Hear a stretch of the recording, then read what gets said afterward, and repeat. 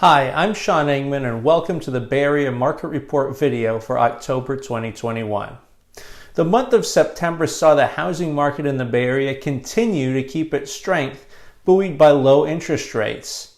We have, however, seen across multiple metrics that the rapid appreciation of housing prices has started to level off throughout the Bay Area. The median price per square foot has leveled off or declined slightly over the last quarter consistently throughout the Bay Area, as has the year-over-year percentage of price appreciation. While these aren't necessarily indicators that the market has begun to shift, they do suggest that things are stabilizing from a price perspective. Low interest rates have played a large role in fueling demand. The average 30-year fixed rate, which has been below 3% since June, stayed that way throughout much of September, but then finally rose above 3% on September 27th and has stayed that way ever since. Currently, the average rate sits at 3.107%, which represents a 9.4% increase over the 2.841% average rate a month ago today. When the Fed met in September, it kept rates the same, but it revised its median inflation estimate upward from 3.4% in June to 4.2%, which is above its long-run goal of 2% inflation. Supply chain issues could push inflation higher still, which increases the likelihood that rates may be raised in response. As long-term rates tend to follow short-term rates, the level of debt and inflation, coupled with the ongoing supply chain issues, could lead to higher mortgage rates, which could then slow demand in the housing market. For buyers who are on the sidelines waiting for the market to soften, now may be the time to act, with rapid appreciation starting to taper off and the rates still low. Increases in interest rates that reduce the purchasing power of buyers could offset any slowdown that they've been waiting for and price them out of the market.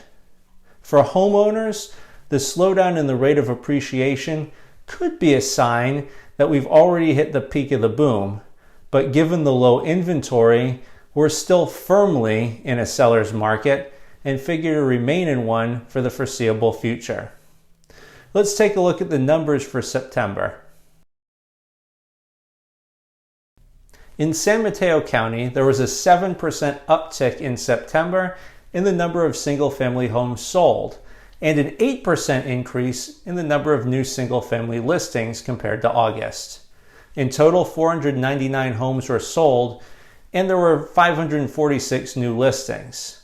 The median sales price increased marginally from $1.85 million to $1.885 million, and the median price per square foot increased by $13 in September. The trend of overbidding continued in September, with the sales to list price ratio at 108% in September, down a point from August. Interestingly, the average days on market in September increased by 3 days countywide to 19 days from 16 days in August. Year-over-year appreciation is a good figure to look at to gauge the momentum of the market. And in September, on average, homes in San Mateo County sold for 14% more than they did in September of 2020, when prices really began to surge. That's down from a high of 23% in July, but much of that is a function of the relative strength of the market in September of 2020 compared to July of 2020. Even so, the reduction suggests that the upward momentum of the market is cooling somewhat. The quarterly numbers also suggest a slowing of the momentum as well, with the total number of homes sold in Q3 off 7.4% from Q2, and the number of new listings down 10.2% in San Mateo County.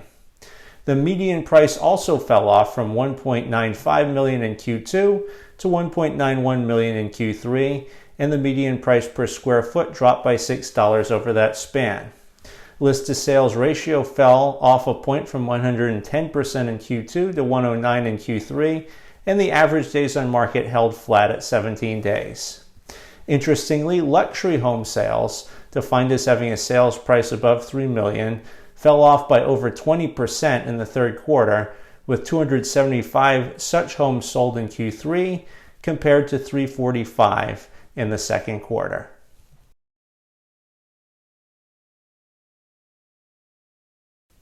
Looking at the condo market in San Mateo County, the number of sales fell off by 15% in September compared to August, even though there were 3 more new listings in September. The median sales price fell by 6% from $988,000 to $925,000, though the price per square foot only fell by $6. The average days on market increased by 1 day to 23, and the sales to list price ratio rose to 105 from 104. Looking at the quarterly numbers, the condo market remained very stable from Q2 to Q3, with the median sales price hovering around $950,000, the average days on market at 23, and the list to sales ratio right around 105.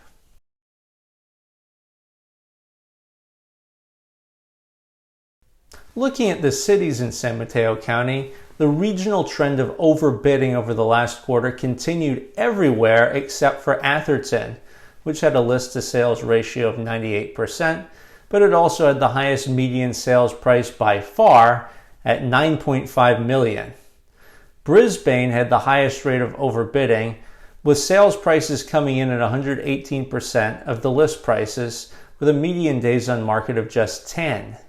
San Bruno and Foster City tied at second with a rate of 116, with Belmont coming in third at 115. With San Bruno and Brisbane being 2 of the most affordable cities in San Mateo County, a high level of overbidding is not unexpected. But the overbidding rates in Foster City and Belmont, each which have a median sales price of $2.3 million, really speaks to the competitiveness of the market at all price points in San Mateo County.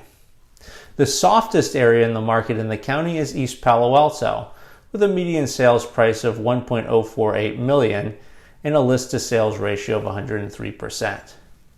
The coast side continues to be one of the more affordable areas in San Mateo County. 65 homes were sold in the third quarter in Half Moon Bay, Montera, Moss Beach, and El Granada combined, and another 65 were sold in Pacifica over the same span. Half Moon Bay, which saw 35 homes sold at a median price point of $1.875 million and a list to sales ratio of 109%, while El Granada, Moss Beach, and Montera combined to have a median price of $1.408 million and sold 106% of list price. In Pacifica, the median price point over that span was $1.413 million, with an average of 18 days on market and a list to sale ratio of 112%. Turning our attention to San Francisco, the market slowed a bit from August to September. Single-family home sales remained fairly steady, dropping from 245 sold in August to 238 in September. The median sales price also dropped from $1.85 million to $1.75 million from August to September, continuing a downward trend reflected by the quarterly median prices, which fell from $1.88 million in the second quarter to $1.82 million in the third. The trend of overbidding in San Francisco continues strong as the sales to list price ratio for single-family homes increased to 114% in September from 113% in August. The volume of condo sales also fell off in September as 281 condos were sold, down from 322 in August. The median sales price increased slightly over that span, up to $1.2 million from $1.15 million. The sales to list price ratio for condos sits at 105, with an average of 37 days on market, down from 40 in August.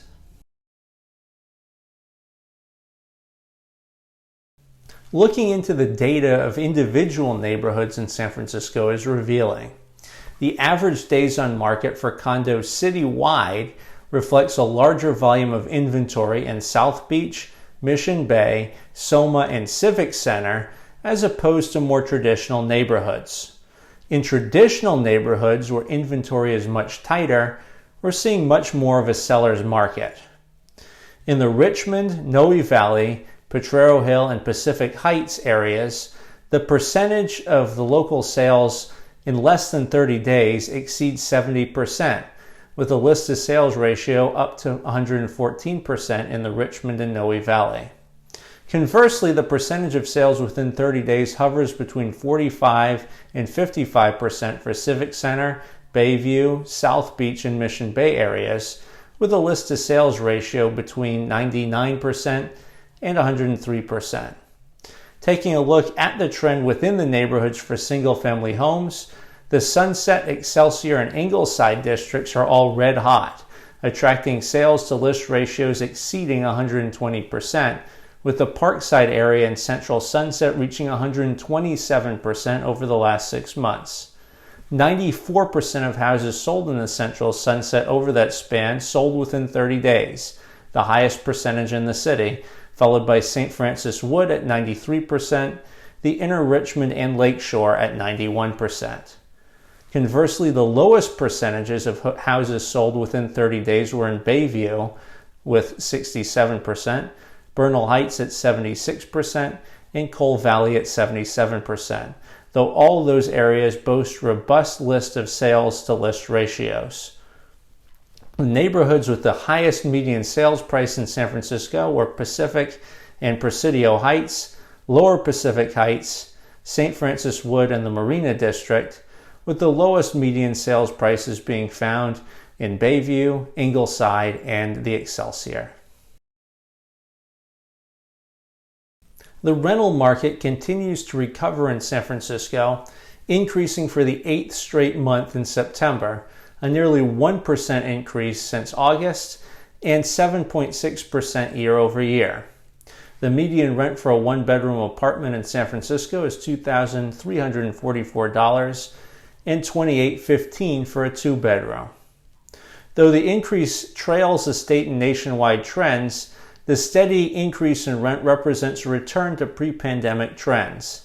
Soma and Russian Hill represent the most expensive neighborhoods to rent in San Francisco, with average rents of $41.68 and $39.75, respectively.